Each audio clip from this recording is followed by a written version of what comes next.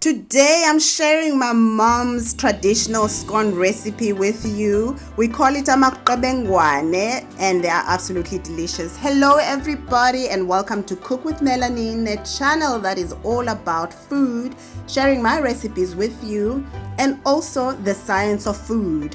So you start off by mixing your dry ingredients and you set those aside, and then you will start cracking your eggs.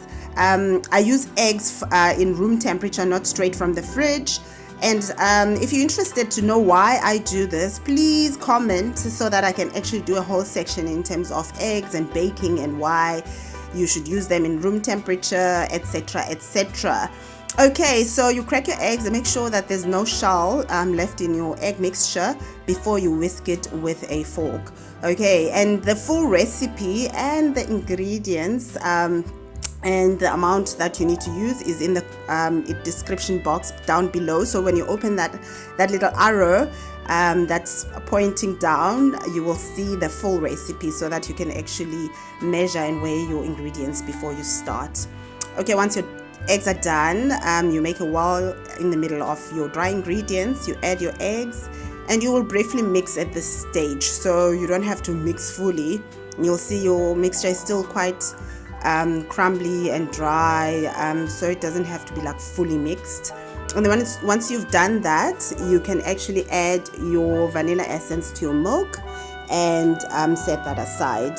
And then you will use your butter. So I've used melted butter and it's salted butter, and you add that and you mix it through. And then you will add your milk and you will also mix this mixture through. When it starts coming together, you will put it onto a lightly surfaced or lightly dusted surface and knead it, or you can use a blender with a dough hook to knead it.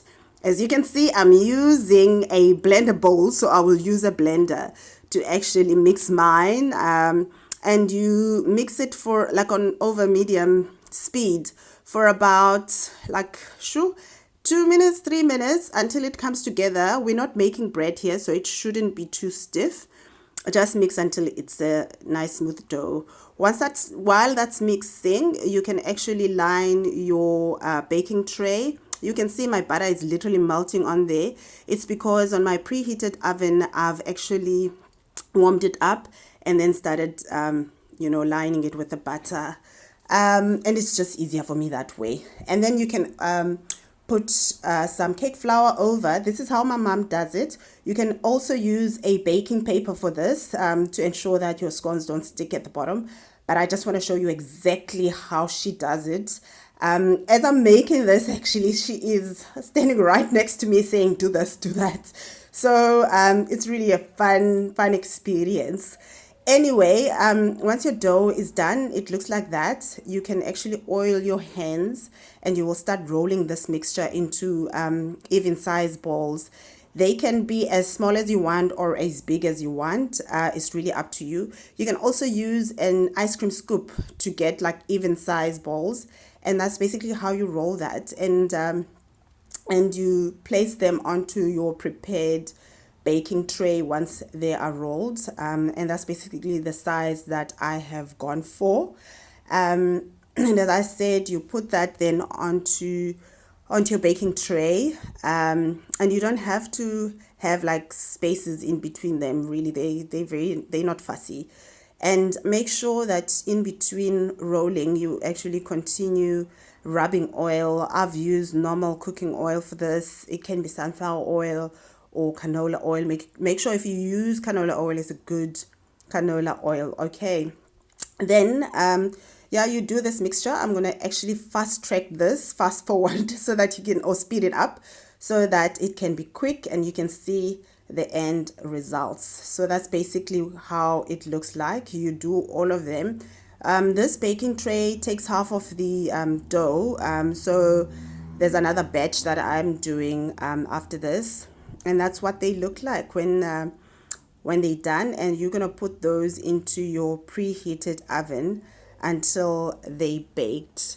As you can see, you know, my sizes are more or less the same, and they're very rough and ready, so it doesn't have to be precise. So into the preheated oven, very important to preheat your oven, otherwise your heat is not going to be at the right temperature when you bake. So that's very, very important that you do that. Okay, then once they are baked, you're actually going to take them out. And I just want to hear my cousin, what she says about this when she smells this in the kitchen. Oh, is that right?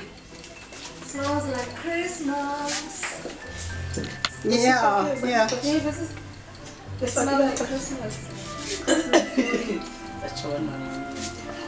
Okay, then you make your glaze by mixing your egg and the milk, and then you brush that over your scones or your ready-made scones, and that's basically what they look like. Please do hit the like button, as that will help my channel, and also the subscribe button if you haven't subscribed yet, and share with your friends, please, those that like to cook or bake or just share. You know, I think everybody eats, and that's what they look like, everybody. You can use a spatula to just like lift them up at the bottom, and they are absolutely gorgeous. You can have them warm, you can have them cold. They're lovely with rooibos tea, with coffee, and my whole family just loves them. We actually go through those 2 trays quite quickly. Well, I've got boys.